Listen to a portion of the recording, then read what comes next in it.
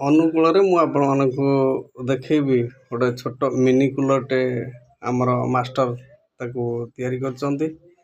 ଇଏ ହେଉଛି ଆପଣଙ୍କର ସେ କୁଲର ମାନେ ଚାରି ସାଇଡ୍ ମୁଁ ଆପଣଙ୍କୁ ଦେଖେଇଲି। ଏଇଟା ଗୋଟେ ମୋବାଇଲର କ୍ୟାବିନେଟଟା ଥିଲା। ଏ କ୍ୟାବିନେଟଟାକୁ ଆଣିକି ସେ କାଟିକି କରିଛନ୍ତି କୁଲରଟେ, ମିନି କୁଲରଟେ। କୁଲରର ଚାରି ସାଇଡ୍ ମୁଁ ଆପଣଙ୍କୁ ଦେଖେଇଦେଲି। କୁଲରଟି ବର୍ତ୍ତମାନ ବନ୍ଦ ଅଛି। ଦେଖନ୍ତୁ ମୁଁ କୁଲର ସୁଇଚକୁ ଅନ୍ କରୁଛି। କୁଲର କେମିତି ଚାଲୁଛି ଦେଖନ୍ତୁ। ଦେଖିପାରୁଥିବେ ଆପଣଙ୍କର କୁଲରଟି ବଢ଼ିଆ ସେ ଚାଲିଲା।